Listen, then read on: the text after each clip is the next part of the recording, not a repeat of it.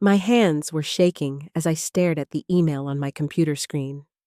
After 34 years of managing the retirement fund at Millbrook Manufacturing, seeing my name connected to the word embezzlement felt like a punch to the gut.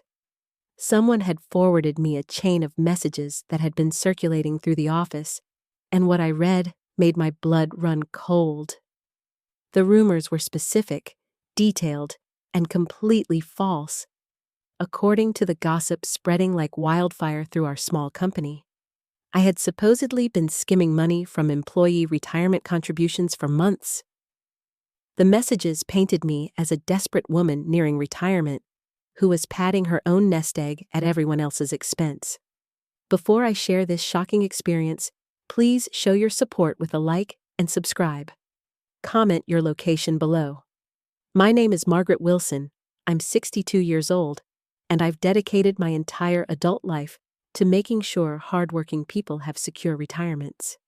The idea that anyone could believe I would steal from them was devastating. But what made it worse was realizing who was behind these vicious lies. The forwarded messages all traced back to the same source. Derek Hoffman, my 28-year-old assistant who I'd been training for the past 2 years. Derek was ambitious, charming, and had always seemed grateful for the mentorship I provided. He'd joined our department straight from college with his finance degree, eager to learn the ins and outs of retirement fund management. I had taken him under my wing, taught him everything I knew, and even recommended him for a substantial raise just 6 months ago. That evening, I drove home to our quiet suburban neighborhood with my mind racing. When I walked through the front door, my husband Robert was already in the kitchen preparing dinner. After 41 years of marriage, he could read my mood instantly. "Rough day at the office?" Robert asked, looking up from the cutting board where he was chopping vegetables. His salt and pepper beard was neatly trimmed, and his reading glasses hung from a chain around his neck. Even at 65, he had the steady, reassuring presence that had first attracted me to him in college. "Robert, we need to talk," I said, setting my purse down on the counter with more force than necessary. "Something terrible is happening at work, and I don't know how to handle it." He immediately set down his knife and gave me his full attention. "What's going on, honey?" I told him everything about the rumors, watching his expression grow darker with each detail. When I mentioned Derek's name, Robert's jaw tightened. He'd met Derek at several company functions and had always been polite, but I could tell he'd never quite warmed to my ambitious assistant. "That little snake," Robert muttered, "after everything you've done for him." "Margaret, this is serious. These kinds of accusations could destroy your reputation and your career." "I know," I whispered, feeling tears threatening. "I've worked so hard to build trust with everyone at that company. The employees depend on me to protect their future, and now they're going to think I've been stealing from them." Robert pulled me into a tight hug. "We'll figure this out together. But first, you need to document everything and figure out why Derek is doing this to you." The next morning, I arrived at work early, hoping to catch Derek before the office got busy. I found him at his desk, impeccably dressed as always in a crisp white shirt and navy tie, typing away on his computer with that confident smile he wore like a mask. "Good morning, Derek," I said, keeping my voice level. "Could we have a quick chat about the Henderson account? I noticed some discrepancies in the quarterly report." "Of course, Mrs. Wilson," he replied smoothly. "Always happy to help clear up any confusion." We walked to my office, and I closed the door behind us. Derek settled into the chair across from my desk, looking completely at ease. His dark hair was perfectly styled, and his expensive watch caught the morning light streaming through my window. For someone just a few years out of college, he certainly lived well on his assistant's salary. "Derek, I'm going to be direct with you," I said, watching his face carefully. "I know about the emails you've been sending around the office. The ones about the retirement fund. For just a moment, his composed mask slipped. I caught a flash of something calculating in his eyes before the innocent expression returned. I'm not sure what you mean, Mrs. Wilson. I've only been sharing concerns that other employees have brought to me. As someone involved in fund management, I felt it was my responsibility to make sure everything is above board. Concerns? I leaned forward. Derek, you're spreading rumors that I'm embezzling money. Those aren't concerns, they're accusations. And they're completely false. He shrugged, and the casual gesture made my anger flare. Mrs. Wilson, I understand you're upset, but when people notice irregularities, they talk. I can't control what the other employees think. What irregularities? I demanded. Show me one shred of evidence that anything improper has happened with those accounts. Derek's smile never wavered. I think it would be better if we let the proper authorities review everything. I'm sure you have nothing to worry about if you've been handling things correctly. After he left my office, I sat alone for several minutes, my heart pounding. The conversation had confirmed my worst fears. Derek wasn't just carelessly spreading gossip, he was deliberately trying to destroy my reputation. But I still didn't understand why. That evening, I called my oldest friend, Patricia Chen, who worked in the Human Resources Department at the hospital across town. We'd known each other since our children were in elementary school together, and I trusted her judgment completely. Patricia had worked her way up from a secretary to HR director over 25 years, and she'd seen every kind of workplace drama imaginable. Patricia, I need advice, I said as soon as she answered the phone. And I need someone I can trust completely. You've got it, honey. What's happening? I explained the situation with Derek, and Patricia listened without interrupting. When I finished, there was a long pause. Margaret, this sounds like a calculated attack on your reputation, she said finally. In my experience, when someone goes after a respected employee this aggressively, there's usually an ulterior motive. Has Derek been passed over for any promotions lately? Is there any chance he's positioning himself to take over your job? The question hit me like a lightning bolt. Oh my God, Patricia. The retirement fund manager position at our Springfield branch just opened up. It's a significant promotion, and Derek knows I've been considering recommending him for it. But, Patricia prompted. But last week, I decided to recommend Sarah Martinez from accounting instead. She has more experience and better judgment. I hadn't told Derek yet because I wanted to break it to him gently. There's your motive, Patricia said grimly. He probably heard through the grapevine and decided to eliminate you as an obstacle. If he can get you fired or forced to resign, he might think he can step right into your position. That night, Robert and I stayed up late discussing strategy. We spread out all the financial records I'd brought home on our dining room table, going through every transaction and account balance. Everything was perfectly in order, just as I knew it would be. The numbers don't lie, Robert said, pushing his reading glasses up on his forehead. But Patricia's right about Derek having a motive. The question is, how do we prove he's lying without damaging your reputation further? I keep thinking there has to be something I'm missing, I said, rubbing my tired eyes. Derek has been so helpful, so eager to learn.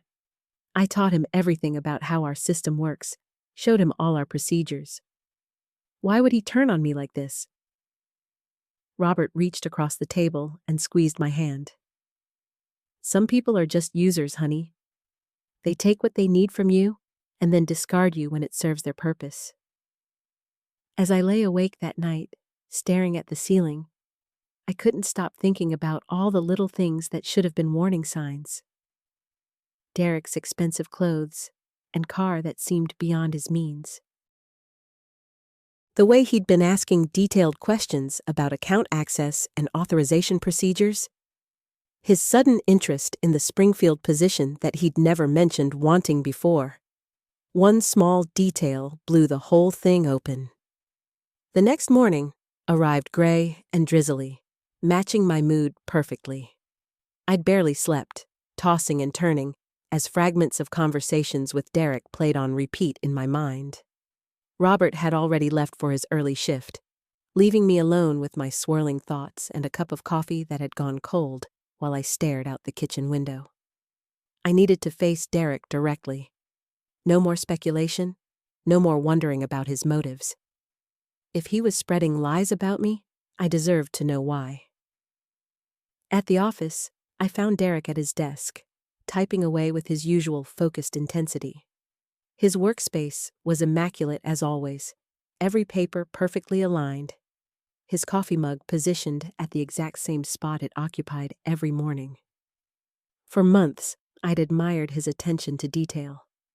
Now it felt calculated, almost obsessive. "Derek, could I speak with you privately? Conference room 2 is free." He looked up with those earnest brown eyes that had fooled me for so long. "Of course, Margaret. Is everything all right? You seem a bit tense this morning." The concern in his voice made my stomach turn. How could someone sound so genuine while stabbing you in the back? We settled into the small conference room, and I closed the door behind us. Derek arranged himself carefully in his chair, straightening his tie with that nervous gesture I'd grown accustomed to seeing when he was about to ask me complex questions about our procedures. "Derek, I'm going to be direct with you. I know you've been telling people that I'm embezzling from the retirement fund." His face went through a series of micro-expressions so quickly I almost missed them. Surprise, then calculation, then what looked like genuine hurt. "Margaret, I would never say something like that. Who told you I was spreading rumors?" "That's not important right now. What's important is that these accusations could destroy my career and hurt innocent retirees who depend on that fund. If you have concerns about how I'm managing the accounts, you should come to me directly, not whisper behind my back." Derek leaned forward, his hands clasped together on the table. "I swear to you, I haven't been spreading rumors about embezzlement. But—" He paused, seeming to wrestle with something internally. "I have noticed some irregularities in the quarterly reports, small discrepancies that didn't seem to add up." My blood pressure spiked. "What kind of irregularities?" "Well, there were some transfers between accounts that didn't have the proper documentation. And the timing seemed odd, like they happened after hours or on weekends when most people weren't monitoring the system." I stared at him, feeling like I was in some alternate reality. "Derek, every single transaction I've made has been properly documented and authorized. I've shown you the procedures myself. What transfers are you talking about?" He pulled out his phone and started scrolling through what looked like screenshots. I took pictures of the discrepancies because I wasn't sure what to do about them. I didn't want to accuse you of anything, but when Patricia asked me directly about unusual activity, I felt I had to be honest. The way he said Patricia's name sent a chill down my spine. "When did Patricia ask you about unusual activity?" "Yesterday morning, before you and I had our conversation. She pulled me aside and said she'd received an anonymous tip about potential problems with the retirement fund. She asked if I'd noticed anything strange while working with you." My world tilted. Patricia had told me that Derek came to her with concerns, but according to Derek, she had approached him first, asking leading questions based on an anonymous tip. "Derek, I need you to show me exactly what you think you saw. We're going to pull up every single transaction and go through them together." For the next 2 hours, we sat side by side at his computer, examining months of financial records.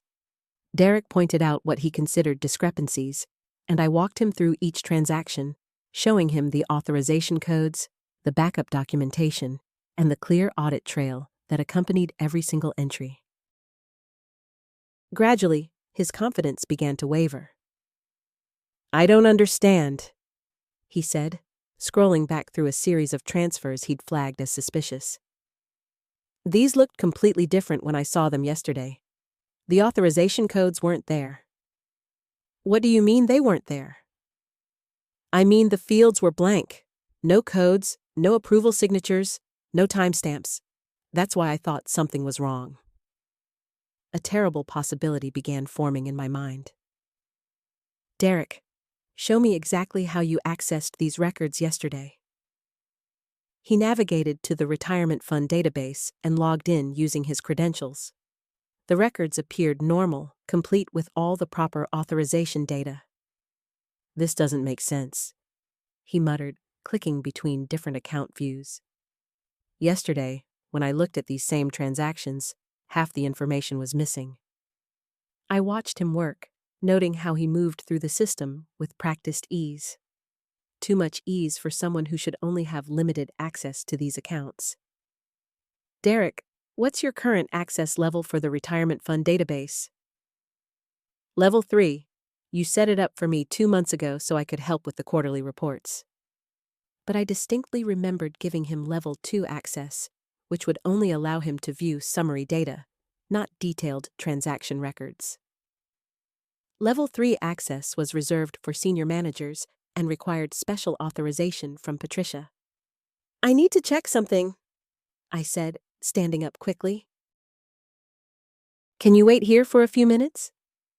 I practically ran to my office and pulled up the user access logs for our database system. Derek's account showed Level 3 access, but according to the modification history, the upgrade had been made 3 weeks ago by Patricia, not 2 months ago by me. My hands shook as I dug deeper into the system logs. 3 weeks ago was exactly when Patricia had first mentioned hearing concerns about the retirement fund. 3 weeks ago was also when Derek had suddenly become much more interested in the Springfield position, asking me detailed questions about the promotion timeline. But the most disturbing discovery was yet to come. The modification logs showed that Patricia's administrative account had accessed Derek's user profile multiple times over the past month, not just to upgrade his access, but to modify his view settings for the retirement fund database. Someone had been manipulating what Derek could see when he looked at the transaction records. I printed out the access logs and walked slowly back to the conference room, my mind reeling. Derek was still at his computer, now looking genuinely confused and distressed. "Derek, I need to ask you something, and I want you to think very carefully before you answer. When Patricia approached you yesterday about the retirement fund, did she seem like she was just following up on a tip? Or did she seem like she already knew exactly what she expected you to find?" He looked up at me with growing alarm. "Now that you mention it, she seemed to know a lot of details about specific transactions. She even mentioned date ranges that I hadn't told anyone about." The pieces were falling into place, but the picture they created was more sinister than I could have imagined. "Derek, I think we've both been played. Someone has been setting us both up, and I'm beginning to suspect that Patricia isn't the ally I thought she was." Just as the words left my mouth, my phone buzzed with a text message that made my blood run cold. "Margaret, we need to meet immediately. There have been new developments in the retirement fund situation that require urgent action. Come to my office alone. Patricia." I stared at Patricia's text message, my stomach dropping like I'd just stepped off a cliff. The fluorescent lights in the conference room suddenly felt harsh and invasive, casting everything in an unforgiving glare that made Derek's worried face look almost ghostly. "What is it?" Derek asked, noticing my expression. I held up my phone so he could read the message. His face went pale as he absorbed the words, particularly that ominous phrase about coming alone. "Margaret, this feels like a trap," he said quietly. After everything we just discovered about the access logs and her knowing details she shouldn't have known, why would you go meet with her by yourself? The conference room felt smaller suddenly, the walls pressing in as I tried to think through our options. The familiar hum of the office air conditioning that usually provided background comfort now sounded ominous, like a warning. Through the glass walls, I could see the normal bustle of our floor continuing as usual. People at their desks completely unaware that their retirement security might be compromised by someone they trusted. Because if I don't, she'll know we're on to her, I said, though my voice came out shakier than I intended. And if Patricia really is behind this, she has the power to do serious damage to both of us before we can prove anything. Derek leaned back in his chair, running his hands through his hair in frustration. But what if she's planning to frame you for something right now? What if this urgent meeting is her way of getting you alone so she can claim you confessed or tried to bribe her? The thought sent a chill down my spine. I walked to the window, looking out at the parking garage where I'd sat in my car just hours ago, thinking my biggest problem was a gossipy coworker. Now I was facing the possibility that my boss, someone I'd worked with for 3 years, might be systematically destroying my career to cover up her own crimes. I have to record it, I said suddenly, turning back to Derek. If I'm going to meet with her, I need proof of whatever she says. Your phone has a recording app, right? Derek was already thinking ahead, his analytical mind shifting into problem-solving mode despite his obvious fear for my safety. But what if she searches you or asks you to leave your phone outside? I sat back down, my legs feeling unsteady. The reality of what we were discussing hit me fully. Here I was, planning to secretly record my supervisor because I suspected her of embezzlement and framing me for her crimes. 2 days ago, my biggest workplace worry had been whether to speak up about Derek's gossiping. Maybe I should call Marcus first, I said, thinking of my brother. If something happens to me, someone should know where I went. Derek nodded emphatically. Yes, call him, and maybe call Helen too. She knows the company better than anyone, and she might have insights about Patricia that we're missing. I pulled up Marcus's number, my hands trembling slightly as I dialed. The phone rang twice before his familiar voice answered. Hey Margaret, what's up? You sound stressed. Marcus, I need you to listen carefully. I'm about to go into a meeting with my boss Patricia, and I think she might be trying to frame me for embezzling from our company retirement fund. There was a long pause. What? Margaret, slow down. Frame you for embezzling? What the hell is going on? I don't have time to explain everything, but Derek and I found evidence that Patricia has been manipulating database access, and she seems to know details about transactions that she shouldn't know. She just texted me demanding I meet with her alone about urgent developments. The words tumbled out quickly, and I realized how paranoid I must sound. Margaret, do not go to that meeting alone, Marcus said firmly. This sounds incredibly dangerous. Can't you bring Derek with you? She specifically said to come alone. If I don't, she'll know I suspect her, and she could destroy evidence or make things worse for me. I could hear Marcus pacing on the other end, his footsteps echoing in what sounded like his kitchen.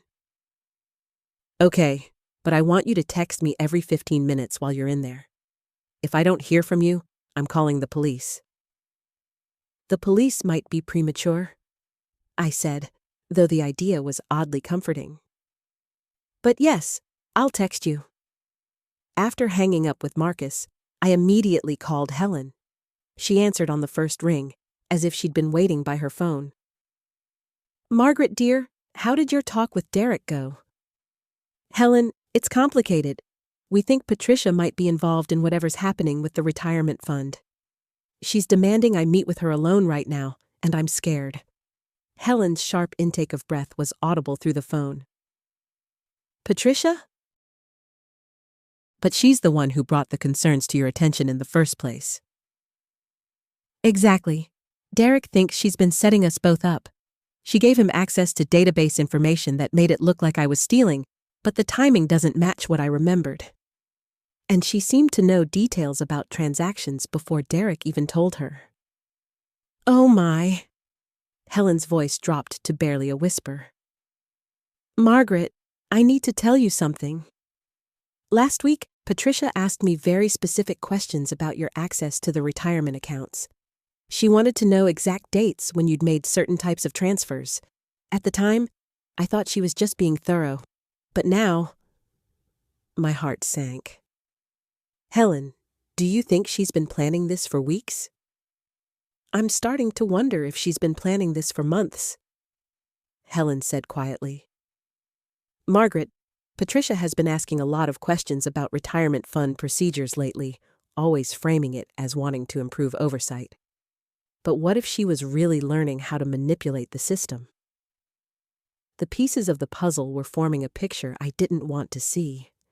Patricia, with her administrative access, could have been stealing from the retirement fund and systematically building a case to blame me when the theft was discovered. I still have to go to this meeting, I said, more to convince myself than Helen. But I'm going to record everything. Be very careful, dear, Helen said. And remember, I'm here if you need me to verify anything about your work or your character. After hanging up, I looked at Derek, who had been listening to both conversations with growing concern. Are you sure about this? He asked. I wasn't sure about anything anymore, but I stood up anyway, checking that my phone was fully charged and the recording app was ready. I have to know what she's planning, I said, and I have to give her the chance to explain before we take this any further. As I walked toward the elevator, my footsteps echoing in the hallway, I couldn't shake the feeling that I was walking into a trap that had been carefully constructed over weeks or months. The elevator doors opened with their usual cheerful ding, but as I stepped inside and pressed the button for Patricia's floor, the sound felt more like a warning bell. The elevator climbed slowly, each floor bringing me closer to a confrontation that could either clear my name or destroy my career forever. The elevator doors slid open with a mechanical whisper, revealing the familiar beige carpet and sterile fluorescent lighting of Patricia's floor. My legs felt unsteady as I stepped out, the recording app on my phone already running in my pocket. The hallway stretched ahead like a gauntlet, lined with motivational posters about teamwork and integrity that now seemed to mock the situation I found myself in. Patricia's office sat at the far end, its frosted glass door bearing her name in crisp black lettering. Through the translucent surface, I could see her silhouette moving around, preparing for whatever performance she had planned. My hands were trembling slightly, and I pressed them against my sides to steady myself. The carpet muffled my footsteps, but each step felt thunderous in the oppressive quiet of the hallway. When I reached her door, I paused, taking a deep breath that tasted of recycled air and lingering anxiety. The familiar scent of Patricia's vanilla air freshener drifted through the gap under the door, a smell that had once been comforting during our many collaborative meetings. Now it felt cloying, artificial. I knocked twice, the sound sharp and decisive despite my inner turmoil. Come in, Margaret, Patricia's voice called out, smooth and professional as always. I turned the handle and stepped inside. Patricia's office was immaculate as usual, her desk organized with military precision. Awards and certificates lined the walls, testimonials to years of dedicated service that now felt like elaborate props in a carefully constructed facade. She stood behind her desk, her hands folded, wearing the same navy blue blazer she always wore to important meetings. Her smile was warm and welcoming, but something cold flickered behind her eyes. Please, sit down, she said, gesturing to the chair across from her desk. I'm so glad you could make time for this conversation. I settled into the familiar leather chair, hyper-aware of the phone in my pocket and the crucial recording it was making. The office felt smaller than usual, the walls seeming to press in around us. Patricia's desk lamp cast harsh shadows across her face, making her expression difficult to read. "Patricia," I began, my voice steadier than I had expected. "I need to understand what's been happening. These allegations about the retirement fund, they're serious." She nodded gravely, her expression a perfect mask of concern. "Margaret, I've been wrestling with this for weeks. You have to understand how difficult this has been for me. We've worked together for so long, and I've always respected you." The way she emphasized always sent a chill down my spine. It sounded like a farewell, like she was already speaking about our relationship in the past tense. "When did you first notice discrepancies?" I asked, leaning forward slightly. The leather chair creaked beneath me, a small sound that seemed amplified in the tense atmosphere. Patricia walked around her desk with measured steps, each movement calculated and purposeful. She perched on the edge of her desk, a casual gesture that felt anything but casual. "It started about 3 months ago. Small things at first. Transaction timestamps that didn't align with our records, access logs that showed unusual activity. 3 months. The time frame hit me like a physical blow. 3 months ago was when Patricia had suggested I take on additional oversight responsibilities for the retirement accounts. She had framed it as recognition of my expertise, a vote of confidence in my abilities. "You gave me those additional responsibilities," I said quietly, watching her face for any reaction. "I did," she admitted, her tone regretful.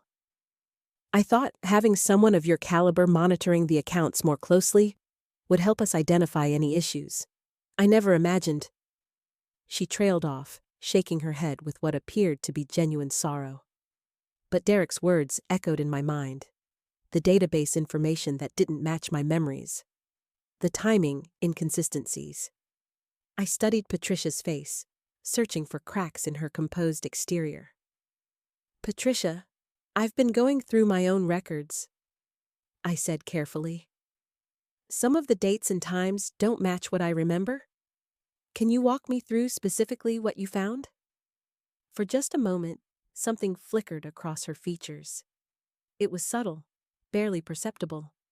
But I caught it, a tiny tightening around her eyes, a slight pause before she responded. "Of course," she said, moving back around her desk to open a file folder. Her movements seemed slightly more hurried now, less controlled. The discrepancies are quite detailed. Transaction codes that were modified after initial entry, access during off hours, routing numbers that were changed and then changed back. As she spoke, laying out a complex web of supposed evidence, I realized with growing clarity that Derek had been right. The level of detail, the specific knowledge of system vulnerabilities, the perfect timing of discoveries. It all pointed to someone with intimate knowledge of both the retirement fund systems and my work patterns. "This is very thorough," I said, keeping my voice neutral. "You must have spent considerable time compiling this information." Patricia's smile was tight now, professional, but lacking warmth. Due diligence required it. We couldn't afford to miss anything. The room felt charged with unspoken tension. Outside Patricia's window, storm clouds were gathering, casting the office in an increasingly dim light. The fluorescent bulbs hummed overhead, their artificial brightness creating stark contrasts between light and shadow. "Margaret," Patricia said, settling back into her chair, "I want you to know that I'm prepared to handle this situation with as much discretion as possible. These things happen, and I understand the pressures people face." The implication hung in the air between us like a toxic cloud. She was offering me an out, a way to confess to crimes I hadn't committed in exchange for some form of mercy. "What exactly are you suggesting?" I asked, my voice barely above a whisper. Patricia leaned forward, her expression earnest and sympathetic. Full restitution, voluntary resignation, and I think we can avoid involving law enforcement. You could cite health reasons, family obligations. Your reputation could remain largely intact. The audacity of it took my breath away. She had orchestrated this entire scenario, constructed an elaborate frame, and now she was positioning herself as my savior while offering me the privilege of taking the blame for her crimes. My phone felt warm in my pocket, still faithfully recording every word of this conversation. The weight of it gave me strength, a tangible reminder that I wasn't as helpless as Patricia believed. "That's very generous," I managed to say. "But I need time to consider everything you've told me." Patricia's expression shifted slightly, and for the first time, I saw a flash of something that might have been frustration. "Margaret, time isn't something we have a lot of. The audit committee meets tomorrow morning, and they'll want answers." The timeline was accelerating, just as Derek had warned. Whatever Patricia had planned, she needed to move quickly before too many people started asking the wrong questions. Thunder rumbled outside, and the first drops of rain began pattering against the window. The sound was oddly comforting, a reminder of the world beyond this suffocating office and its web of deception. "I understand the urgency," I said, standing slowly. "Let me review everything one more time tonight. I'll have an answer for you first thing in the morning." Patricia stood as well, her movements sharp and controlled. "Margaret, I hope you'll make the right decision. For everyone involved." As I reached for the door handle, she spoke again, her voice carrying a subtle edge that hadn't been there before. "Oh, and Margaret, I think it would be best if you didn't discuss this situation with anyone else tonight. We wouldn't want rumors to start spreading before we have a chance to resolve this properly."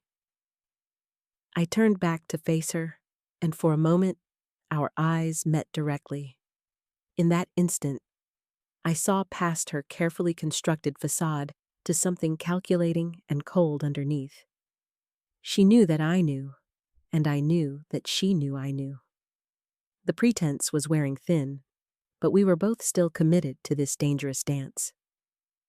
"Of course," I said quietly. "Professional discretion." I stepped out of her office and closed the door behind me, my heart hammering so hard I was certain she could hear it through the glass. The hallway seemed longer now, stretching endlessly toward the elevator. Each step felt like an escape, but I knew the real confrontation was still ahead. As the elevator doors closed and I began my descent, I realized that Patricia had made a critical error. In her eagerness to control the narrative and rush me toward a confession, she had revealed the depth of her knowledge and the urgency of her timeline. She needed this resolved quickly, which meant she was vulnerable. The elevator reached the lobby, and I stepped out into the late afternoon storm. Rain was falling steadily now, and I hurried toward my car, my mind racing with plans and possibilities. I had the recording, I had Derek's technical expertise and Helen's institutional knowledge, and now I had something else, the certain knowledge that Patricia was not just spreading rumors, but was the architect of an elaborate scheme to destroy my career and cover her own tracks. But as I reached my car and fumbled with the keys in the rain, a new thought struck me like ice water. If Patricia was this desperate to close the case quickly, what would she do when she realized I wasn't going to confess quietly? The rain drummed against my windshield as I sat in the parking lot, and I realized with growing dread that tomorrow's audit committee meeting might not be about getting answers. It might be about Patricia making her final move to ensure I could never expose the truth. The drive home through the rain gave me time to think, but my thoughts kept circling back to the same terrifying conclusion. Patricia wasn't just covering her tracks anymore. She was actively trying to destroy me. By the time I pulled into my driveway, I had made a decision that scared me almost as much as doing nothing. I was going to call Derek tonight, despite Patricia's warning about keeping quiet. She had forfeited any right to my discretion the moment she started spreading lies about me. The house felt empty when I walked in, rain dripping from my coat onto the hardwood floor. I stood there for a moment, listening to the silence and trying to gather my courage. My phone felt heavy in my hand as I scrolled to Derek's number. He answered on the second ring. "Margaret, how did the meeting go?" "Derek, I need to ask you something, and I need you to be completely honest with me." I paced into the living room, my wet shoes squeaking against the floor. "Have you been able to access the retirement fund records yet?" There was a pause that stretched too long. "I've been working on it. The system architecture is more complex than I initially thought." "That's not what I'm asking." I stopped pacing and stared out the window at the rain. "I'm asking if you found anything that shows unauthorized transactions, because Patricia just spent 30 minutes trying to get me to confess to embezzling money I never took." "Jesus, Margaret." His voice dropped to barely above a whisper. "She actually accused you directly?" She tried to make it sound like she was giving me a chance to come clean voluntarily, but yes. She wants an answer by tomorrow morning, and there's an emergency audit committee meeting scheduled. My voice cracked slightly. "Derek, I'm scared, really scared." "Okay, listen to me. I've been running traces on the fund access logs for the past 2 days. There are definitely irregularities, transactions that don't match the normal patterns, access at unusual times. But Margaret, none of them trace back to your login credentials." Relief flooded through me so suddenly that I had to sit down. "Are you certain?" "Completely. Whatever's happening with that money, your digital fingerprints aren't on it. But here's the thing that's been bothering me. Someone has been very careful to make sure these transactions would be hard to trace back to their source. This isn't sloppy work." I closed my eyes, feeling pieces of a horrible puzzle clicking into place. "Patricia has full administrative access to the system, doesn't she?" "She does. And Margaret, there's something else. I pulled the metadata on when these rumors about you first started circulating in the company email system. The earliest reference I can find was in a message Patricia sent to someone in HR 2 weeks ago, asking about protocols for reporting suspected financial misconduct." My blood ran cold. 2 weeks ago? Derek, that was before the audit was even announced. "I know, which means either she has incredible foresight or she knew there would be something to find, because she put it there." I finished the sentence he couldn't bring himself to say. We sat in silence for a moment, the weight of the implications settling between us. Patricia hadn't just been spreading rumors. She had been planning this for weeks, possibly longer. "What do I do?" I asked finally. "I can't walk into that meeting tomorrow and confess to something I didn't do. But I also can't prove she's behind this without more evidence." "We need Helen," Derek said firmly. "She knows the fund's history better than anyone, and she has access to records that might go back further than what I can see in the digital system. If Patricia has been moving money, there might be patterns Helen would recognize." "It's almost 8 o'clock, Derek." "So we call her." "Margaret, if Patricia is planning to force a confession out of you tomorrow, we don't have time to worry about calling too late." I knew he was right, but the thought of dragging Helen into this nightmare made my stomach clench. Still, I dialed her number and put the phone on speaker. Helen answered with her usual brisk efficiency. "Margaret, is everything all right?" "Helen, I'm here with Derek, and I need to tell you something that's going to sound unbelievable." I took a deep breath and launched into the whole story. Patricia's accusations, the meeting, the timeline Derek had discovered. When I finished, the silence stretched so long I thought we might have lost the connection. "Helen?" I said finally. "I'm here." Her voice was different now, thoughtful and troubled. "Margaret, there's something I should have mentioned earlier. About 3 weeks ago, Patricia asked me for the historical access codes for some of the older retirement fund accounts. She said it was for a routine compliance review." Derek and I exchanged glances, even though he couldn't see me. "What did you tell her?" I asked. "I gave them to her, of course. She's the CFO. But it struck me as odd because those accounts haven't been active in years. They're mostly from employees who left the company but never rolled over their funds." "Dormant accounts," Derek said grimly.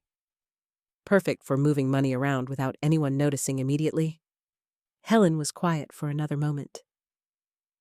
"There's more. Last week, Patricia asked me not to run my usual monthly reconciliation report. She said the audit team would handle it as part of their review." The pieces were falling into place now, creating a picture that was both clearer and more terrifying than I had imagined. Patricia hadn't just been planning to frame me. She had been systematically removing the safeguards that might have caught her in the act. "We have to stop her," I said, surprised by the firmness in my own voice. "Agreed," Helen said without hesitation. "But Margaret, you need to understand what you're up against. Patricia has been with this company for 8 years. She has allies on the board, relationships with the audit committee. Even with evidence, this isn't going to be easy." "What are you saying?" "I'm saying that when you walk into that meeting tomorrow, you need to be prepared for the possibility that they might not believe you, even if you have proof. And you need to be ready for Patricia to fight back hard." The rain had stopped while we were talking, and the house felt eerily quiet. I stared out at the wet street, thinking about Patricia's cold eyes and calculating smile. "Then we better make sure our proof is bulletproof," I said finally. Derek cleared his throat. "I can have a comprehensive analysis of the fund transactions ready by morning. Helen, can you pull the historical records for those dormant accounts?" "I can do better than that," Helen said, and there was steel in her voice now. "I can run a complete audit of every transaction Patricia has had access to over the past 6 months. If she's been moving money, we'll find it." "And then what?" I asked. "We walk into that meeting and accuse the CFO of embezzlement?" "No," Helen said firmly. "We walk in with documentation that proves your innocence. Let the evidence speak for itself." After we hung up, I sat alone in my living room, staring at my phone. Tomorrow would determine whether I still had a career, a reputation, or any kind of future at all. But for the first time since this nightmare began, I felt like I wasn't facing it alone. The question now was whether Patricia would stick to her timeline, or whether she would realize that I wasn't going to go quietly and decide to accelerate her plans. As if summoned by that thought, my phone buzzed with a text message. My blood froze when I saw Patricia's name on the screen. "Margaret, I've been thinking about our conversation. Perhaps we should meet earlier tomorrow. Say 7 a.m. before the office gets busy? We have a lot to discuss." I stared at the message, my hands trembling slightly. 7 a.m. meant no witnesses, no other employees around. It meant Patricia wanted to have whatever final confrontation was coming on her terms, in private. I typed back a simple, "See you then," and hit send, but my mind was racing. If Patricia was moving up the timeline, it meant she was more desperate than I had realized. And desperate people, especially ones with as much to lose as she did, were capable of almost anything. I couldn't sleep that night.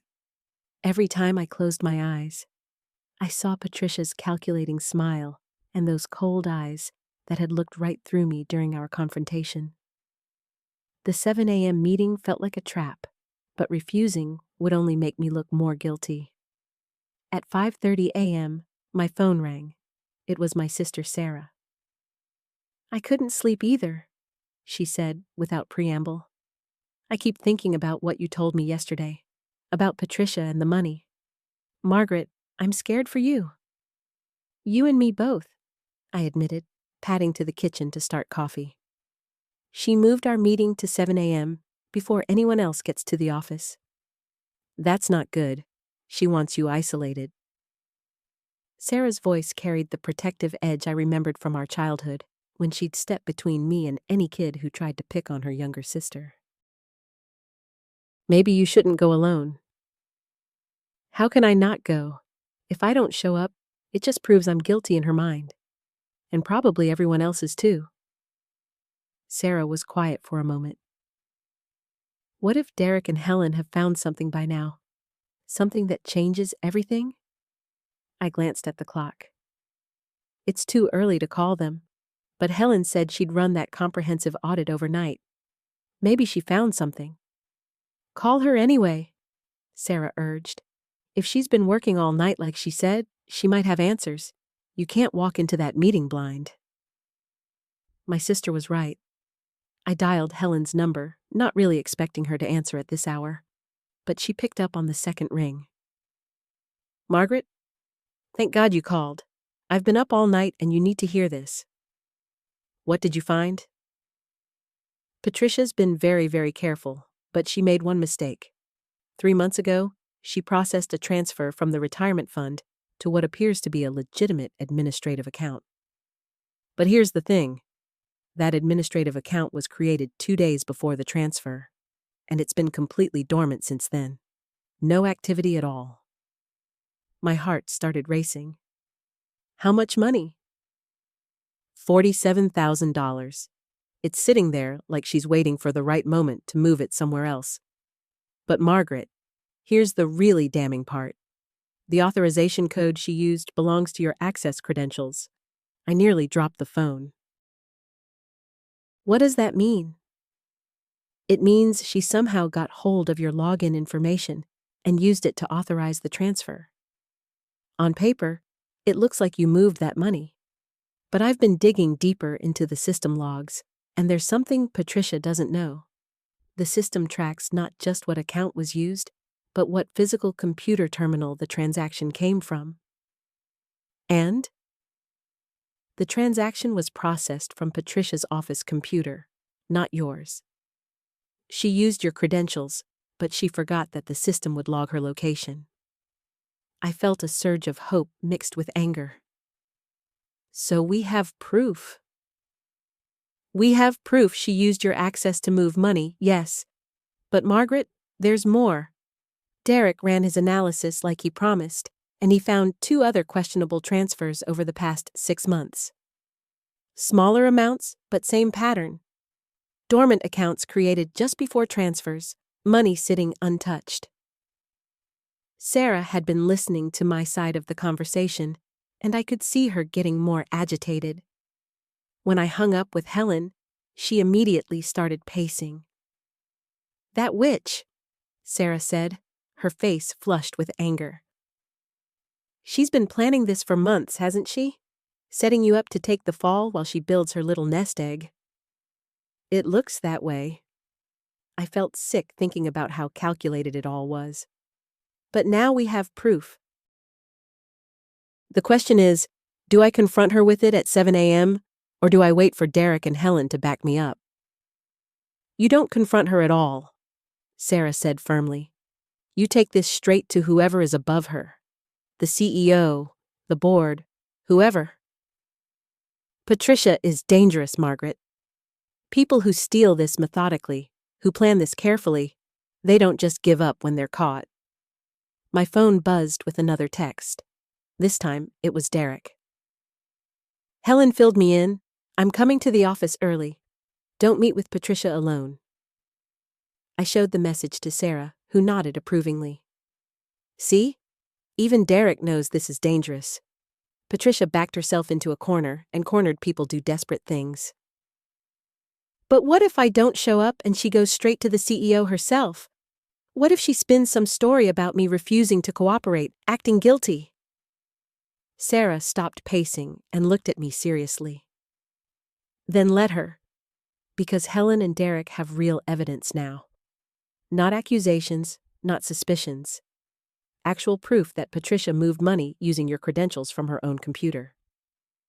The truth is going to come out either way, but this way, you're not alone in a room with someone who's been planning to destroy your career for months. The morning light was starting to filter through my kitchen window, and I realized we'd been talking for over an hour. In 90 minutes, Patricia would be waiting for me in that empty office, expecting to finish whatever game she'd been playing. But Sarah was right. This wasn't a game I could win by playing fair, because Patricia had been cheating from the beginning. I'm calling Derek back, I decided. If he's going in early anyway, maybe we can beat Patricia at her own game. Present the evidence to someone in authority before she has a chance to manipulate the situation. Sarah smiled for the first time since this whole mess started. Now you're thinking like someone who's going to survive this. But as I dialed Derek's number, a new worry crept into my mind. Patricia had been planning this for months, covering her tracks, using my credentials to protect herself. What if she had contingency plans I hadn't thought of? What if cornering her would only make her more dangerous? The phone rang twice before Derek answered, and I could hear the tension in his voice when he said, "Margaret, we need to move fast. I just got to the office, and Patricia's car is already in the parking lot." My stomach dropped. Patricia was already there, which meant she was either preparing for our meeting, or, more likely, she was getting ahead of whatever she thought might happen today. "Derek, I'm coming in now," I said, already grabbing my keys. "Don't approach her alone either." "I won't. I'm calling Helen to come in early too. We need to stick together on this." Sarah was already putting on her jacket. "I'm driving you." "You don't need to." "Yes, I do. You're shaking, Margaret, and you shouldn't be driving right now. Besides, someone should be nearby in case this goes sideways." She was right about the shaking. The adrenaline that had carried me through the night was wearing off, replaced by a bone-deep exhaustion and fear that made my hands tremble as I locked my front door.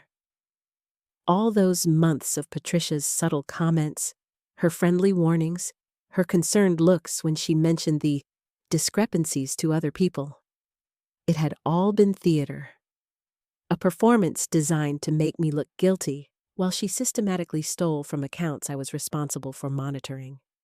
During the drive to my office, I found myself replaying every interaction I'd had with Patricia over the past year. The way she'd volunteered to help with the retirement fund reports when I was overwhelmed. How she'd insisted on staying late to double-check the numbers when I was out sick. The times she'd casually mentioned to Helen or Derek that she was worried about some irregularities, but didn't want to make a big deal of it. "I was so stupid," I said aloud, watching the familiar streets blur past. "She's been setting me up for months, and I just let it happen." Sarah glanced at me while stopped at a red light. "You trusted a coworker. That's not stupid. That's normal. Patricia is the one who chose to betray that trust." But it felt like more than that. Patricia had read me perfectly, knew I was conscientious enough to double-check everything, anxious enough to worry when things seemed off, and isolated enough at work that I wouldn't immediately have allies when accusations started flying. She'd studied my weaknesses and exploited them methodically. The office parking lot was nearly empty, except for Patricia's silver sedan and Derek's truck. Sarah parked near the entrance and turned to me. "What exactly are you planning to do when you get up there?" It was a fair question, and I realized I didn't have a clear answer. The meeting Patricia had demanded was supposed to happen in 45 minutes. But now that we knew she was already there, everything felt different.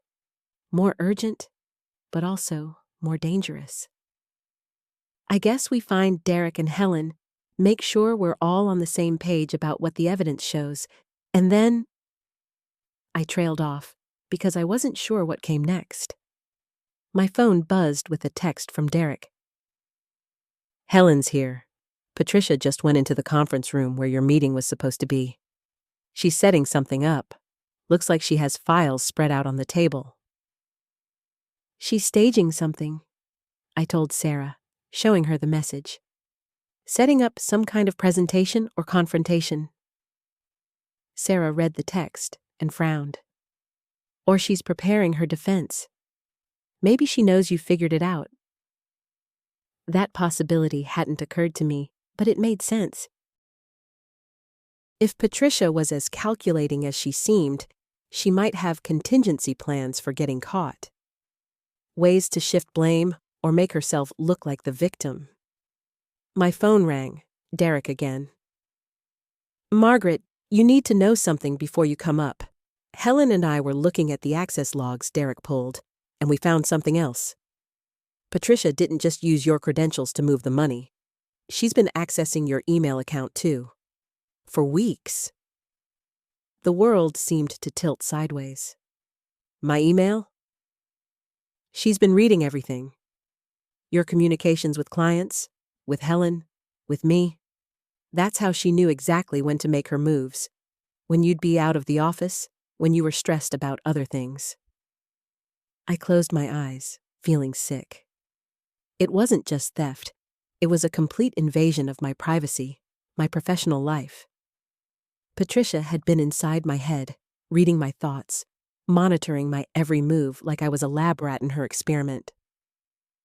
There's more, Derek continued. Some of those emails she accessed. She forwarded them to herself. We think she's been building a file, collecting anything that might make you look incompetent or overwhelmed. Sarah was watching my face, and whatever she saw there made her reach over and squeeze my hand. How long? I asked Derek. At least 2 months, maybe longer. 2 months of Patricia reading my emails, knowing my schedule, understanding exactly how I worked and what I worried about. No wonder she'd been so confident, so perfectly positioned to undermine me at every turn. Derek, I need to ask you something, and I need you to be honest. Did Patricia ever approach you or Helen about concerns regarding my work? Before any of this came out? There was a pause. Yes, about 3 weeks ago, she mentioned to Helen that she'd noticed some irregular patterns in the retirement fund transfers. Said she didn't want to make accusations, but thought someone should keep an eye on things. And Helen told you? Eventually, we both thought Patricia was just being thorough, looking out for the company. We had no idea she was the one creating the irregular patterns. So Patricia had been planting seeds with my colleagues too, carefully positioning herself as the concerned whistleblower while simultaneously stealing money and using my credentials to cover her tracks. It was diabolical in its thoroughness. I'm coming up now, I told Derek. Don't let Patricia know you're aware of any of this. If she thinks we're on to her, there's no telling what she might do. But as Sarah and I walked toward the office building, I couldn't shake the feeling that Patricia already knew we were on to her. The early arrival, the conference room setup, the timing of everything. It felt less like we were catching her off guard, and more like we were walking into a trap she'd been preparing for weeks. The elevator ride to the 15th floor felt like ascending to my own execution. Every floor that passed seemed to echo with Patricia's calculated manipulation. How she'd read my private emails, stolen my credentials, watched me struggle while knowing she was the cause of my pain. The violation went deeper than money. She'd invaded my mind, my professional identity, everything I'd built over years of careful work. Sarah stood beside me, her presence both comforting and unsettling. I kept thinking about how Patricia had read emails between Sarah and me, personal conversations about weekend plans, family dinners. concerns about work stress. Patricia had been a ghost in our friendship, observing, cataloging, probably laughing at how easy we were to manipulate. The worst part was realizing how perfectly she'd played me. Every time I'd felt overwhelmed, every moment of self-doubt about my capabilities, Patricia had been there, offering just enough support to seem helpful while systematically destroying my reputation. She'd turned my own insecurities into weapons against me. When the elevator doors opened, Derek was waiting in the hallway, his face grim. He gestured toward his office, rather than the conference room where Patricia was presumably setting up her morning ambush. "I've been thinking about this all night," he said once we were inside with the door closed. The sophistication of this operation, it's not something Patricia could have managed alone. She had help, or she's been planning this far longer than 2 months. The thought made my stomach clench. "What do you mean?" "The retirement fund access requires multiple authorization levels. Even with your credentials, she would have needed to bypass several security protocols. Either she's been studying our systems for months, or someone else provided technical assistance." I felt the blood drain from my face. "Are you suggesting there might be someone else involved?"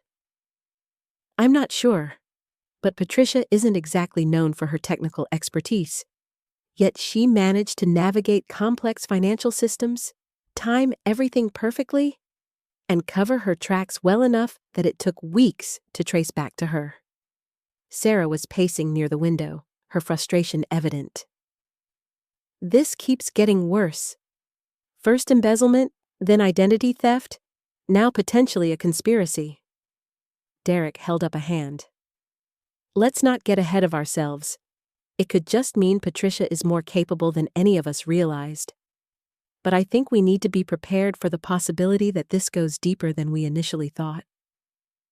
I tried to process this information, but my mind felt sluggish, overwhelmed by the expanding scope of Patricia's betrayal.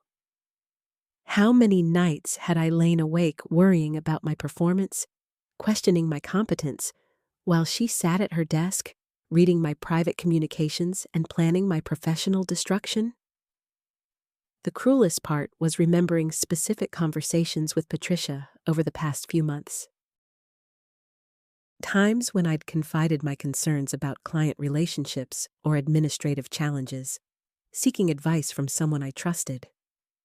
She'd listened with apparent sympathy, offering suggestions and reassurance, all while using that information to refine her attacks against me.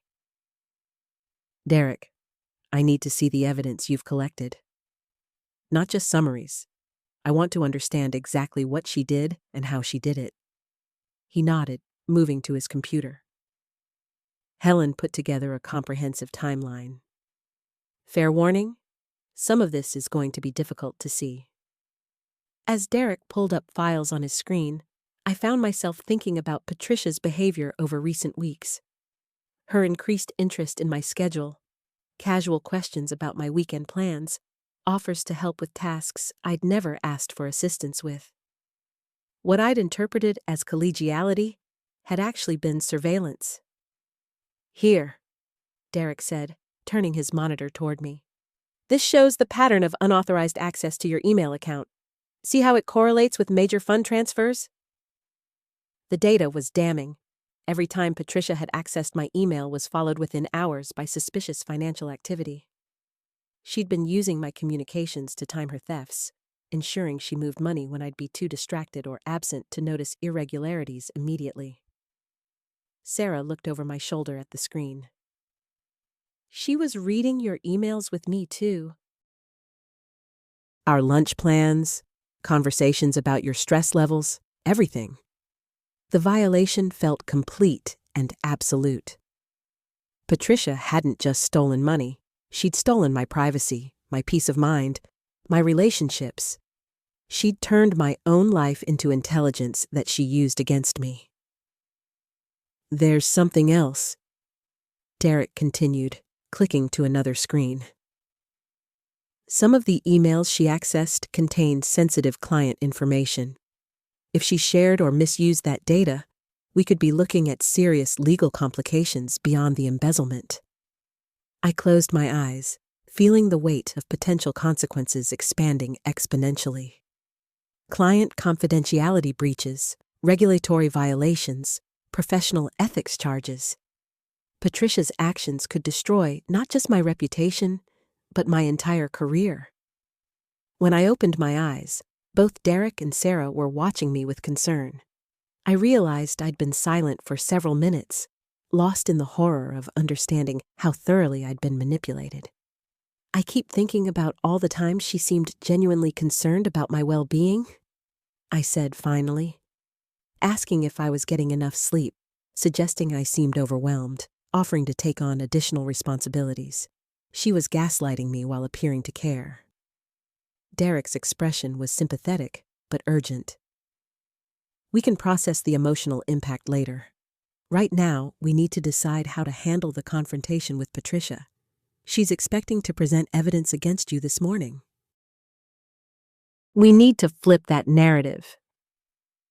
The thought of facing Patricia, knowing what I now knew about her calculated cruelty, made me feel physically ill. How do you confront someone who has systematically dismantled your professional life while pretending to be your ally? Sarah moved closer to me. You don't have to do this alone. Derek and I will be there, and we have the evidence to prove your innocence. But as we prepared to walk down the hall toward the conference room where Patricia was waiting, I couldn't shake the feeling that she had anticipated this moment too. Someone capable of orchestrating such an elaborate deception for months wouldn't be caught completely off guard by our discovery. The question wasn't just what Patricia had done. It was what she was planning to do when cornered. The walk down the hallway felt like a death march. Each step echoed off the polished floors of the corporate offices, the sound seeming unnaturally loud in the early morning quiet. Derek walked slightly ahead of us, his shoulders set with determination, while Sarah stayed close beside me, her presence an anchor in the storm of my churning thoughts. The conference room's frosted glass doors loomed ahead, and through them I could see Patricia's silhouette. She was seated at the far end of the long mahogany table, papers spread before her like a prosecutor preparing her closing arguments. The sight made my stomach clench with a mixture of rage and nausea. Derek paused just outside the door, turning to face me. His expression was serious but reassuring. Remember, she's been playing defense this entire time, thinking she's several moves ahead. She has no idea we've discovered the access logs or traced the actual transactions. Let her present first. Give her enough rope. Sarah squeezed my arm gently. You've got this. We know the truth now. I nodded, though my hands were trembling slightly. The weight of months of manipulation, of sleepless nights and self-doubt, of watching my reputation crumble while Patricia played the concerned colleague. All of it pressed down on me like a physical force. Derek opened the door, and we filed into the conference room. The space felt cold despite the warm morning light filtering through the tall windows. Patricia looked up as we entered, and for just a moment, I caught something in her expression that I'd never seen before. A flash of calculation, quickly masked by her usual facade of professional concern. Oh, good. You're all here, Patricia said, her voice carrying that familiar tone of sympathetic authority. I really hate having to do this, but I think we all know why we're gathered. She gestured to the papers spread before her, and I could see they were printouts of financial records, account statements, transaction logs. My throat went dry as I recognized some of my own login credentials on the documents, though I knew now they represented her activities, not mine.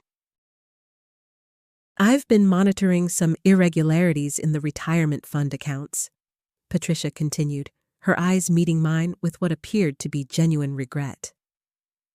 Small amounts at first, but the pattern has become undeniable. Derek took a seat across from her, his demeanor calm and professional. Sarah sat beside him, while I remained standing, unable to settle into a chair, while Patricia methodically destroyed what remained of my career. The timing correlates with access patterns, Patricia said, sliding one of the documents across the table toward Derek.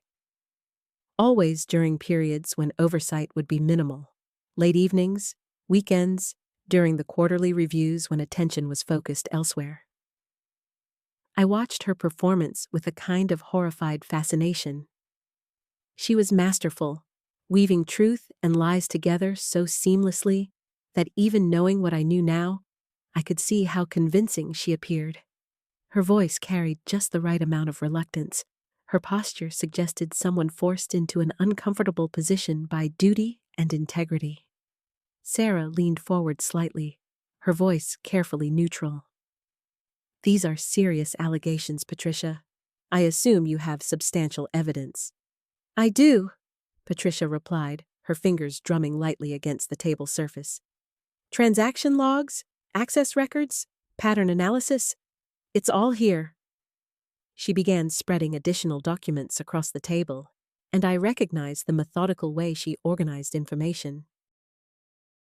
The same attention to detail that had made her such an effective colleague had been turned into a weapon against me. "The amounts were small initially," Patricia continued, glancing up at me with what looked like pity. 500 here, 1,000 there. Easily overlooked in the larger fund movements. But over time, the pattern became clear. Derek studied the papers she'd presented, his expression unreadable.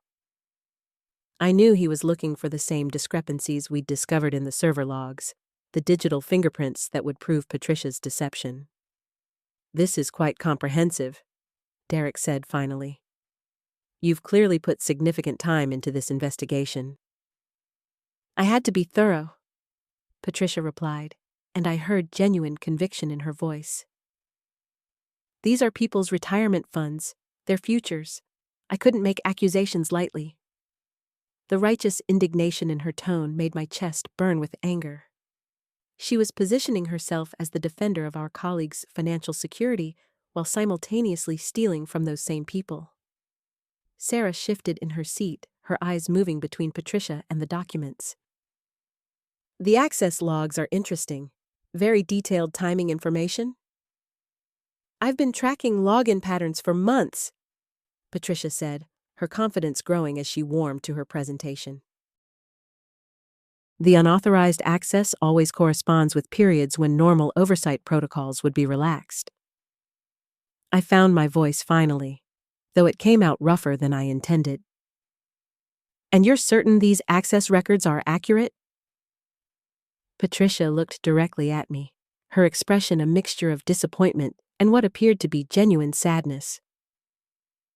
"I know this is difficult to hear, but yes, the digital trail is quite clear." Derek cleared his throat, drawing Patricia's attention back to him. "I'm curious about your methodology. How did you first notice these irregularities?" "Small discrepancies in the monthly reconciliations," Patricia replied smoothly. "Amounts that didn't quite align with the authorized transactions. At first, I assumed it was clerical error, but when I began investigating more thoroughly..." She trailed off, shaking her head as if the discovery still pained her. The performance was flawless, and I felt a chill as I realized how completely she had fooled everyone, including me, for so long. The concern in her voice, the reluctance in her posture, the methodical presentation of evidence, all of it designed to paint her as the reluctant whistleblower, forced to expose a trusted colleague's betrayal. Derek leaned back in his chair, his fingers steepled in front of him. "Before we proceed further, Patricia, I think there's something you should know. We've conducted our own investigation into these allegations." For just an instant, I saw Patricia's composure flicker.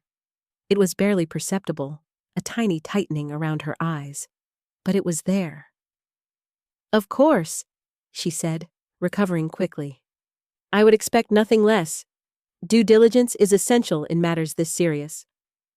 Indeed it is, Derek replied, and I heard something new in his voice, a quiet satisfaction that made Patricia straighten slightly in her chair. What exactly did your investigation reveal? Patricia asked, and I caught the faintest edge of uncertainty beneath her professional tone. Derek smiled, but it wasn't a pleasant expression. Derek reached into his briefcase and withdrew a thick manila folder, placing it carefully on the conference table between us. The fluorescent lights overhead cast harsh shadows across his face as he opened it, revealing what appeared to be dozens of documents and printouts. Our investigation was quite thorough, Patricia, he said, his voice taking on a formal, almost judicial tone. We brought in external forensic accountants to examine every transaction you flagged, plus several you didn't mention. Patricia's hands rested on the table, but I noticed her fingers had begun to drum silently against the polished wood surface. The rhythmic tapping was so subtle, I might have missed it if I hadn't been watching her so intently. That's excellent, she replied, though her smile seemed more forced now. I'm sure they confirmed what I've documented here. The evidence is quite clear. Oh, it certainly is, Derek agreed, pulling out a series of financial statements, but not in the way you might expect. You see, when we examined the retirement fund accounts with fresh eyes, we discovered something fascinating. Sarah leaned forward, her pen poised over her notepad. The conference room felt smaller somehow, as if the walls were slowly pressing inward. The air conditioning hummed steadily, but I could feel sweat beginning to gather at the base of my neck. The unauthorized access you've documented so meticulously, Derek continued, spreading the papers across the table like a dealer laying out cards, corresponds exactly with legitimate administrative functions. Every single timestamp, every login, every transaction you've flagged as suspicious has a corresponding work order or scheduled maintenance record. Patricia's drumming fingers stilled. That's impossible. I've cross-referenced everything against the authorized activities log. Yes, you have, Derek said, and now his smile was definitely predatory. But what's interesting is that several of the unauthorized activities you've reported actually correspond with transactions that only someone with your level of access could have initiated. The silence that followed was deafening. I could hear my own heartbeat pounding in my ears, mixing with the mechanical hum of the building's ventilation system. Outside the conference room windows, I could see employees moving through the hallway, going about their normal workday, completely unaware of the drama unfolding behind these glass walls. Patricia straightened in her chair, her professional mask slipping slightly. I don't understand what you're implying. I'm not implying anything, Derek replied calmly. I'm stating it directly. The forensic analysis reveals a pattern of actual embezzlement, but the perpetrator isn't the person you've accused. The digital fingerprints point to someone else entirely. My throat felt dry as sandpaper, but for the first time in weeks, a tiny spark of hope flickered in my chest. Sarah was writing furiously now, her pen scratching across the paper with sharp, precise movements. This is ridiculous, Patricia said, but her voice had lost its earlier confidence. The evidence clearly shows. The evidence shows that someone has been very cleverly manipulating the retirement fund accounts, Derek interrupted. Small amounts, carefully timed to avoid detection during routine audits, but whoever did this made one critical mistake. He pulled out a single sheet of paper, placing it directly in front of Patricia. From my angle, I could see it was covered with dense columns of numbers and timestamps. They assumed that by pointing fingers at someone else, they could deflect suspicion from their own activities.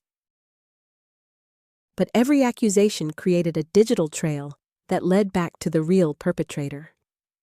Patricia stared down at the document, her face growing pale under the harsh fluorescent lighting.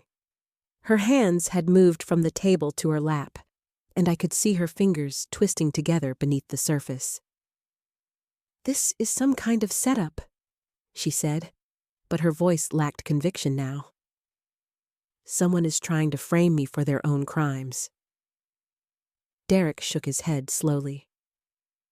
"The timeline doesn't support that theory, Patricia. The embezzlement began months before any investigation was initiated. The pattern is clear, consistent, and entirely focused on personal enrichment rather than exposing wrongdoing." Sarah looked up from her notes, her expression troubled but relieved. "How much are we talking about?" "Approximately $47,000 over the past 8 months, Derek replied. "Small enough amounts to avoid triggering automatic alerts, but significant enough to represent a serious breach of fiduciary responsibility." The number hit me like a physical blow. $47,000. Money that belonged to my colleagues, to people who trusted the company to protect their retirement savings. People who had worked years, decades, to build those accounts. Patricia was shaking her head rapidly now, her carefully constructed composure crumbling like a sandcastle against an incoming tide. "This is insane. I brought this information to you in good faith." "I've been trying to protect the company, protect our employees' investments, while simultaneously stealing from those same investments," Derek observed with clinical detachment. "It's actually quite a sophisticated scheme. Create a smokescreen by accusing an innocent party, present yourself as the concerned whistleblower, and deflect attention from your own criminal activities." The conference room felt charged with electricity, as if a storm was building inside these 4 walls. I found myself gripping the edge of the table so tightly, my knuckles had turned white. "What happens now?" I asked, surprised by how steady my own voice sounded. Derek began gathering his papers back into the manila folder. "Now, we turn this evidence over to law enforcement. Patricia, you'll need to speak with your attorney before we continue this conversation." Patricia stood abruptly, her chair rolling backward and hitting the wall behind her with a soft thud. "I won't sit here and listen to these false accusations. My reputation, my career, everything I've worked for, should have been considered before you decided to steal from your colleagues' retirement funds," Sarah interjected quietly. The words hung in the air between us, heavy with the weight of betrayal and broken trust. Patricia looked around the room, her eyes moving from face to face, perhaps searching for some sign of doubt or sympathy. She found none. Without another word, she turned and walked toward the door, her heels clicking against the tile floor with sharp, staccato beats that echoed off the conference room walls. As the door closed behind her with a soft click, I finally allowed myself to exhale the breath I hadn't realized I'd been holding. The ordeal was over, but the aftermath was just beginning.